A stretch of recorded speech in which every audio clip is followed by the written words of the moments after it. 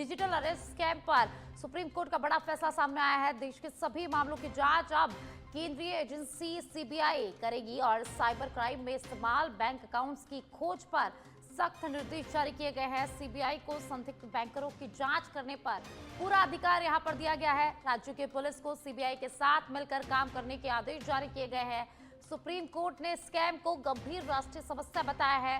RBI को भी मामले में पक्षकार बनकर जवाब देना होगा। सुप्रीम कोर्ट में 2 हफ्ते बाद अगली सुनवाई होगी। तो सुप्रीम कोर्ट ने स्कैम को गंभीर राष्ट्रीय समस्या बताया है और इसी को चलते बड़ा फैसला सुप्रीम कोर्ट ने दिया है। आरबीआई को भी मामले में पक्षकार बनकर जवाब देना अनिवार्य होगा। तो सुप्रीम कोर्ट में 2 हफ्ते बाद अगली सुनवाई इस मामले पर होगी। तो डिजिटल अरेस्ट स्कैम पर सुप्रीम कोर्ट का बड़ा फैसला सामने आया है। डिजिटल अरेस्ट स्कैम पर अब सीबीआई जांच करेगा। तो देश के सभी मामलों की जांच अब केंद्रीय एजेंसी यानी कि सीबीआई करेगा। साइबर क्राइम में इस्तेमाल बैंक अकाउंट्स की खोज पर भी सख्त निर्देश यहां पर दिए गए हैं। सीबीआई को संदिग्ध बैंकरों की जांच करने का पूरा अधिकार सौंपा गया है। तो राज्यों की पुलिस को सीबीआई के साथ मिलकर काम करने के भी आदेश यहां पर दिए गए हैं। सुप्रीम कोर्ट ने स्कैम को गंभीर राष्ट्रीय समस्या बताया है और इसी के चलते निर्देश दिए गए हैं। और अब जयपुर से खबर है, जहां जल्द शुरू होगा कॉलेज लाइब्रेरियन साक्षात्कार। मुख्यमंत्री कार्यालय से कार्रवाई तेज हो गई है। कॉलेज लाइब्रेरियन के 247 पदों पर शीघ्र साक्षात्कार शुरू होगा और साक्षात्कार शुरू करवाने को लेकर पत्र लिखा गया है। 7 दिन में लोक सेवा आयोग के सचिव को इसका जवाब देना होगा। पुस्तकालय संघ के प्रदेशाध्यक्ष कमल कनवारिया, बलराम सिंह और अशोक शर्मा ने मुख्यमंत्री को ज्ञापन सौंपा है।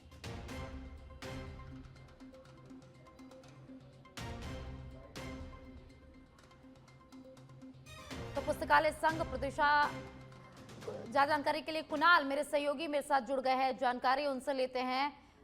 कुणाल, मुख्यमंत्री कार्यालय में कार्यवाही तेज हो गई है और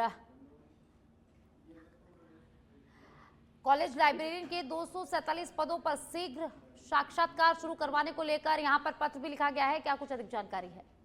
देखिए, आपको बता दें कि जो पुस्तकालय संघ है उसके जो अध्यक्ष हैं, वो प्रदेश अध्यक्ष हैं, वो मुख्यमंत्री से मिले थे अपने साथियों के साथ और उन्होंने जो कॉलेज शिक्षा में पुस्तकालय भर्ती 2023 है जो लंबी समय से लंबित है, उसमें साक्षात्कार को लेकर जल्दी साक्षात्कार हो वो करवाने की मांग को लेकर मुख्यमंत्री कार्यालय में ज्ञापन दिया था। मुख्यमंत्री कार्यालय ने सक्रियता से जो है तुरंत इस पूरे मामले में संज्ञान लिया और संज्ञान लेने के बाद इस पूरे मामले में आरपीएससी को एक पत्र जो है मुख्यमंत्री कार्यालय से भेजा गया है और उसमें 7 दिन के अंदर जो है यहाँ पर जो जवाब है वो देने के लिए यहाँ पर और जो रिपोर्ट है तथ्यात्मक रिपोर्ट वो प्रस्तुत करने के लिए यहाँ पर कहा है। तो कह सकते हैं कि आने वाले समय में जो मांग हो रही थी कि साक्षात्कार जल्दी हो, तो मुख्यमंत्री कार्यालय से जो पत्र गया है उसके बाद आरपीएससी द्वारा जवाब दिया जाएगा और जल्द ही जो साक्षात्कार की प्रक्रिया है वो शुरू होगी। जी, बहुत बहुत शुक्रिया कुणाल इस तमाम जानकारी के लिए। कॉलेज लाइब्रेरियन के 247 पदों पर शीघ्र साक्षात्कार शुरू करवाने को लेकर पत्र लिखा गया है। मुख्यमंत्री को भी ज्ञापन सौंपा गया है। 7 दिन में लोक सेवा आयोग के सचिव को इस पर जवाब देना होगा।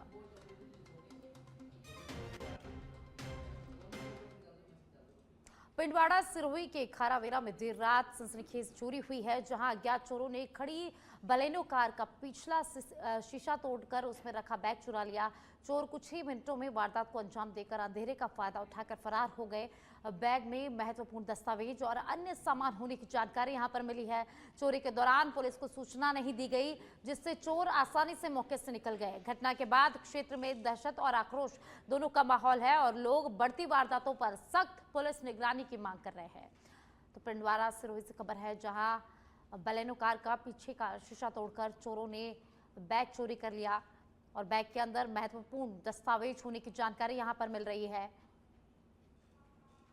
तो पिंडवाड़ा सिरोही में चोरों ने एक चोरी की वारदात को अंजाम दिया है।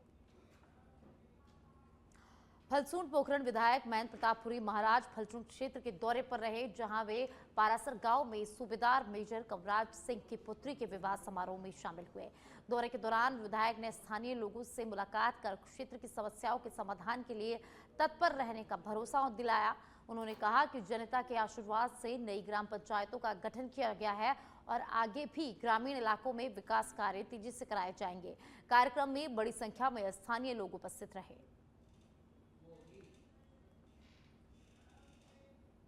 झुंझुनू के बीड़ में वर्षा से बंद पड़ी पुलिस चौकी को एसपी ब्रजेश ज्योति उपाध्याय ने नए सिरे से शुरू कर दिया है। एसपी ने फीता काटकर चौकी का उद्घाटन किया और स्पष्ट किया कि अब यह चौकी स्थायी रूप से संचालित होगी और दोबारा बंद नहीं होगी। चौकी के अंतर्गत सोती, समसपुर, खतेहपुरा, भेड़ों की ढाणी, पुरोहितों की ढाणी और बीड़ कंजर्वेशन रिजर्व क्षेत्र शामिल है। झुंझुनू चुड़ावा हाईवे पर स्थित होने के कारण अपराधियों की आवाजाही रोकने में यह चौकी अहम भूमिका निभाएगी। स्थानीय भवन के लिए सरकार को प्रस्ताव भेजा गया है। चौकी में एक एएसआई सहित 5 पुलिसकर्मियों की तैनाती हुई। शुभारंभ के दौरान बड़ी संख्या में ग्रामीण पहुंचे और चौकी को पुनः शुरू करने पर एसपी का ग्रामीणों ने आभार जताया। तो झुंझुनू से खबर है, जहां पुरानी पड़ी चौकी को एसपी ने पुनः शुरू करवा दिया है। चौकी का फीता काटकर उद्घाटन किया गया और इस दौरान बड़ी संख्या में ग्रामीण चौकी के पास पहुंचे और उन्होंने एसपी का आभार भी जताया है।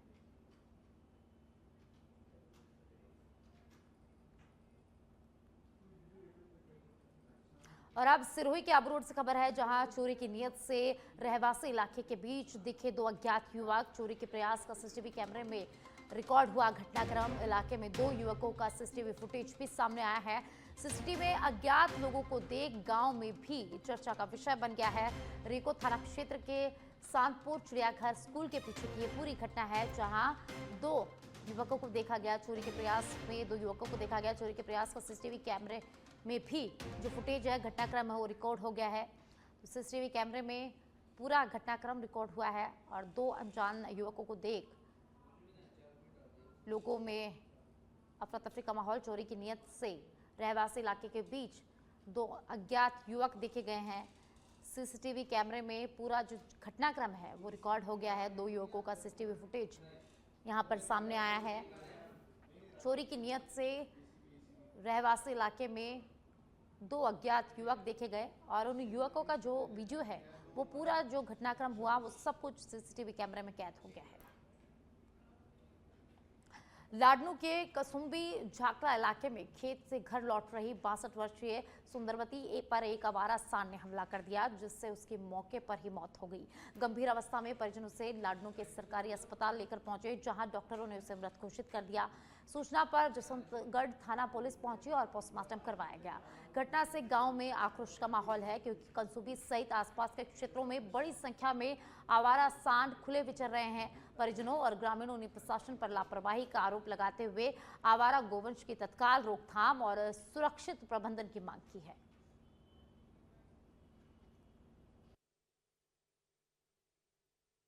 जितने भाई मेरे गोवंश है वो रोडों पे जहाँ सर्किल होता है वहाँ बैठ रहते हैं। जो हमारा भाई प्रशासन है वो सो रहा है अभी तक।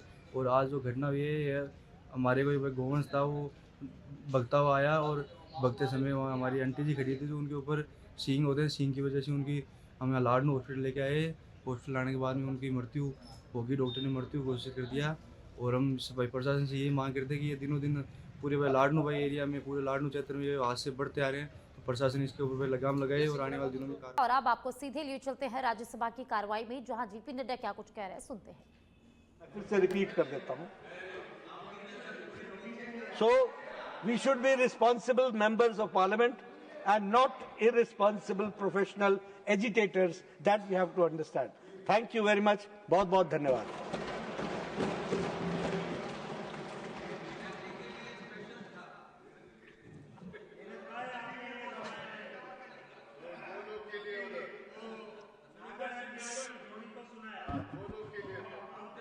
சர்வசக்தியையும் தன்னகத்தை கொண்டிருக்கின்ற புனித பாரத அன்னையின் பொற்பாதங்களை முதற்கண் பணிந்து வணங்கி,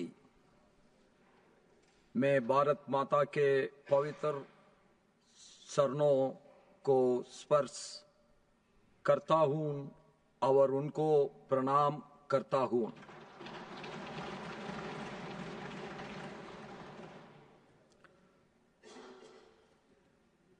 Our Honorable Prime Minister, Sriman Narendra Modi ji, who has given a very good facilitation to me by remembering my young days. Honorable Leader of the House, Sriman J.P. Nadda ji, Honorable Leader of the Opposition, Sriman Mallikarjuna Kharge ji, Honorable Minister of Parliamentary Affairs, Sri Kiran Rijiju ji, Honorable Ministers, Honorable Deputy Chairman Rajya Sabha, Sriman Harivansh ji, Honorable Leaders of various political parties, and Honorable Members of this August House Rajya Sabha. First, I welcome all the new members to this August House on behalf of all of you and by me. I am so deeply moved by the wishes, appreciations, and the encouragement by 33 members of this August House. It is my honor and privilege to serve Bharat Mata, and I thank you for electing me as the Vice President of India and Chairman of Rajya Sabha.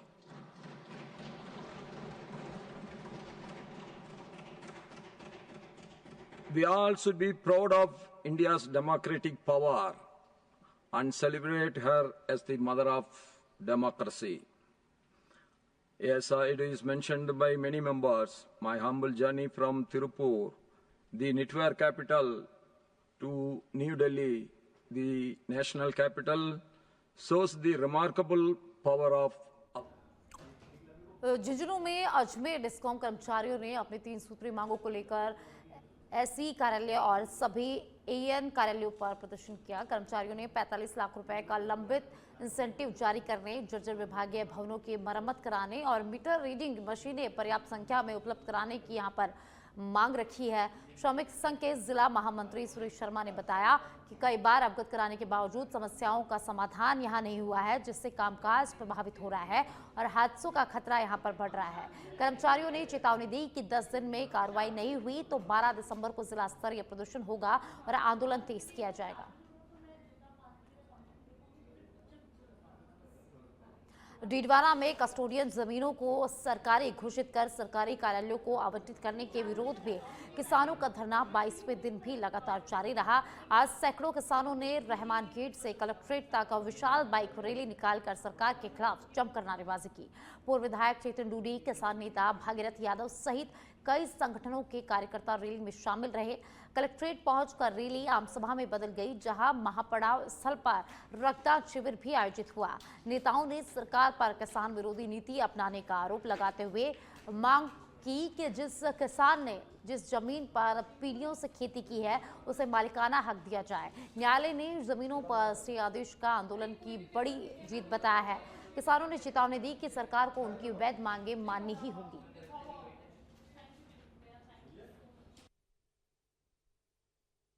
आंदोलन और महापड़ाव के दबाव में बार बार collector महोदय press conference कर रहे हैं कि अब मैं एक भी पट्टा जारी नहीं करूंगा और सरकार के पाले में गेंद है, लेकिन महापड़ाव का ऐतिहासिक असर रहा है और इसका कारण ये की है कि जनता उमड़ चुकी है। ये आंदोलन किसी एक वर्ग विशेष का आंदोलन नहीं रहा है। ये जमीन हमारी सालों साल पुरानी, हमारे किसान हमारे भाई जोत रहे हैं।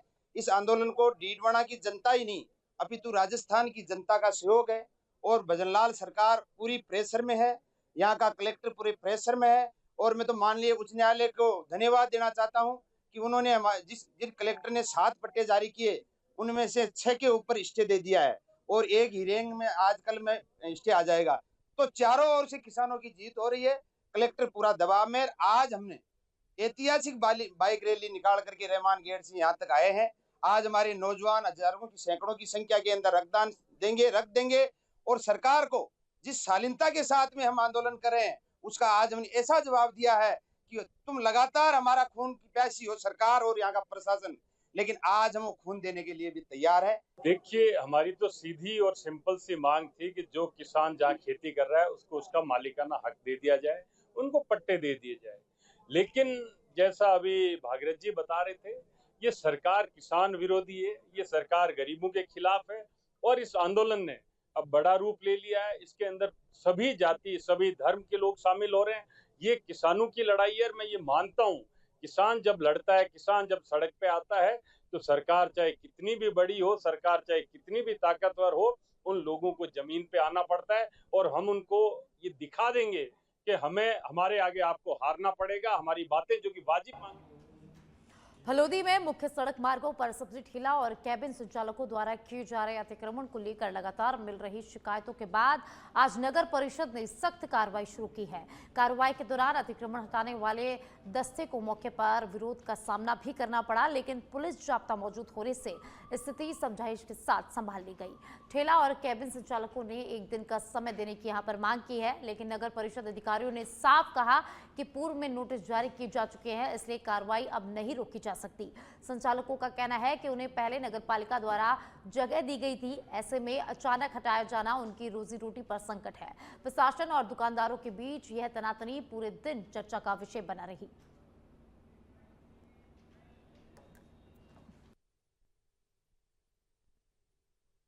क्या है कि इस एरिया से ही ये ट्रैफिक की व्यवस्था सुचारू हो रही है, जबकि मेन रोड और भूमाफियों के कब्जे Malar road, main station road, Raika Bagh जो मेन एरिया है पब्लिक को परेशान करने वाला, वो एरिया है, उसको टारगेट नहीं किया जा रहा। ओनली ये जो नगर पालिका ने जमीन दी है, ये जगह इनको बिठाया ऐसे करके, और गवर्नमेंट ने इनको बिजली का कनेक्शन दिया है, वो बिल भी हमारे पास पड़ा है। टारगेट क्या है कि इस एरिया से ही ये ट्रैफिक की व्यवस्था सुचारू हो रही है, जबकि मेन रोड और भूमाफियों के कब्जे Malar road, main station road, Raika Bagh जो मेन एरिया है पब्लिक को परेशान करने वाला, वो एरिया है, उसको टारगेट नहीं किया जा रहा। ओनली ये जो नगर पालिका ने जमीन दी है, ये जगह इनको बिठाया ऐसे करके, और गवर्नमेंट ने इनको बिजली का कनेक्शन दिया है, वो बिल भी हमारे पास।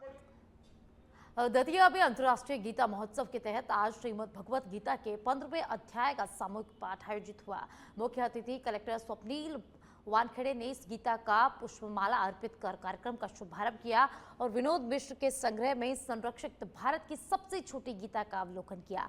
कुछ सेंटीमीटर आकार के इस अनोखी गीता को उन्होंने निष्काम कर्म और कर्म प्रबंधनता की प्रेरणा देने वाला अद्वितीय ग्रंथ बताया है। बड़ी संख्या में स्कूली बच्चों, युवाओं, नागरिकों और पंडितों ने सहभागिता की, जबकि गीता श्लोकों की गूंज से पूरा स्थल आध्यात्मिक माहौल में डूब गया।